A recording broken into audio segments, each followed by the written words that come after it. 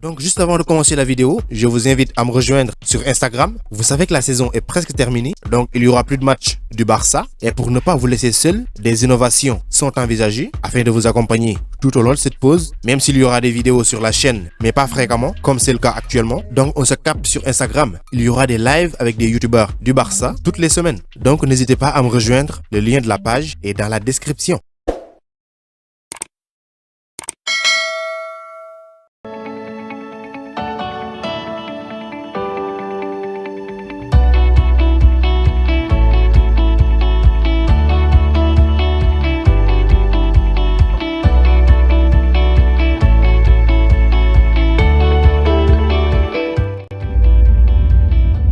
Alors, chers amis, ravi de vous retrouver pour une nouvelle vidéo, toujours dans l'actualité du Barça. Partout où l'on va, que ça soit en Espagne, en France, en Angleterre, en Allemagne ou en Italie, les meilleurs clubs du monde se vantent de certaines des victoires dominantes avec les plus grandes marges, alors que la marge de 5 ou 6 buts dans ces matchs confirme la qualité de l'équipe. Il suffit à peine à une équipe de remporter des championnats. Vous savez qu'une campagne de championnat est très longue et sans aucun doute, chaque camp est confronté à une situation où il est incapable de dépasser la défense adverse. C'est à ces moments-là que la capacité de conserver l'avantage en son compte et de remporter des victoires est utile. La mauvaise course du FC Barcelone en fin de saison est en grande partie due à la même raison. Parce que cette saison, on a assisté à des situations où le FC Barcelone avait réalisé des performances confortables en première mi-temps, permettant ainsi aux Blaugrana de prendre la tête à la pause. Cependant, tout s'effondre avec un moment de négligence ou d'excès de confiance. Bien que cela ait été un phénomène courant tout au long de la saison, mais les dernières semaines l'ont rendu plus flagrante. Et tout a commencé au Camp Nou où le FC Barcelone a pris les devants contre Grenade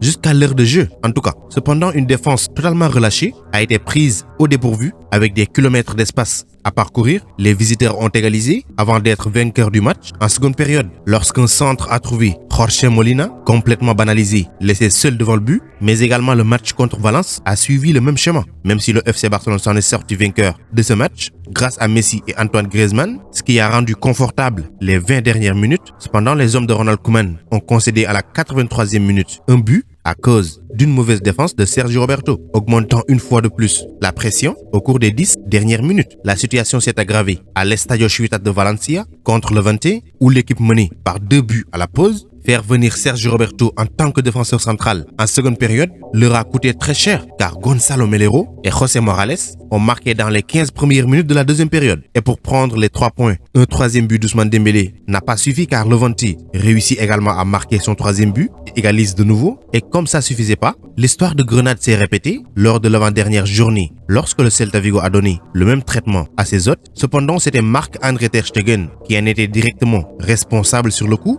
à la 89e minute pour prendre les 3 points. Et c'est très regrettable pour une équipe comme le Barça à lâcher des points de la sorte en 4 matchs sur 5. 2 défaites, 2 nuls, une seule victoire. Cependant, toutes ces instances partagent une fonctionnalité. Dans tous les cas, des erreurs individuelles et collectives ont conduit à l'effondrement. Le Barça de cette saison a connu un niveau inacceptable d'erreurs individuelles. Une partie de la saison pour laquelle la défense est si vulnérable et qu'aucun des défenseurs n'est à l'abri des erreurs. Clément Lenglet n'a besoin d'aucune introduction à cet égard. Le Français est connu pour donner des pénaltys inutiles ou être expulsé dans les pires moments. Gérard Piqué a également laissé sa prise glisser trop souvent, ce qui a coûté très cher à l'équipe, mais également on a Ter Stegen, qui est généralement fiable, a commis des erreurs cette saison, mais Lionel Messi a également été responsable de 2 buts encaissés, même si c'est lui le meilleur buteur de la Liga avec ses 30 buts. Oscar Mingueza a lui connu une saison phénoménale, mais le jeune a été pris au dépourvu dans certaines occasions et battu au but. Une critique plus approfondie peut être faite sur Sergio Roberto depuis son retour de blessure. L'Espagnol a contribué à plus de buts encaissés que marqués. Néanmoins, on ne peut pas mettre tout le blâme sur la défense, car une équipe efficace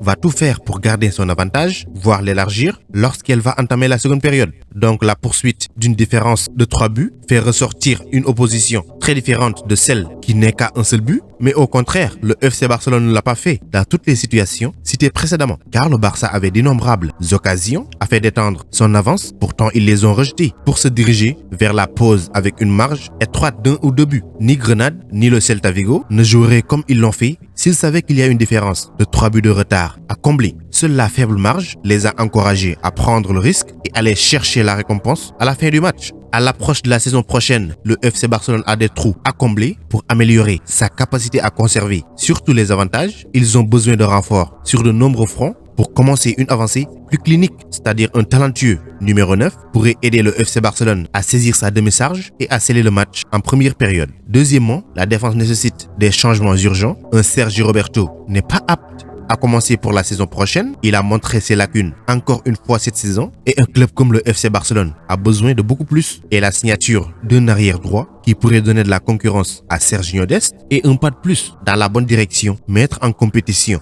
pour l'arrière gauche pourrait une fois de plus faire sortir le meilleur du défensif de Jordi Alba. La situation derrière central est une constante à Barcelone. La recherche d'un défenseur central de qualité se poursuivra. Si bien le FC Barcelone veut concourir pour le titre la saison prochaine, ils devront jouer comme des champions dès le départ, essayer de faire victoire sur victoire. En fera partie la défense des avantages étant leur talon d'Achille. Donc Joan Laporta a des changements urgents à apporter et rapidement comme il l'a si bien annoncé. Donc avant de finir, on vous donne cette information concernant Sergi Agüero qui est en accord avec le FC Barcelone pour un contrat de 2 ans. Il accepte de baisser ses émoluments par rapport à ce qu'il touchait à Manchester City. Donc c'est un contrat jusqu'en juin 2023. C'est une information provenant du fiable journaliste Fabrizio Romano qui l'a révélé sur Twitter. Et donc cette signature va certainement inciter Messi à prolonger une nouvelle fois avec son club de toujours. Mais il a également parlé du sujet Memphis Depay que le FC Barcelone veut également enrôler. Donc c'était tout pour cette vidéo. Merci de l'avoir regardé jusqu'à sa fin. Continuez à vous abonner à la chaîne, mais n'oubliez pas d'activer la cloche de notification. Vous êtes les meilleurs. Ciao, à bientôt.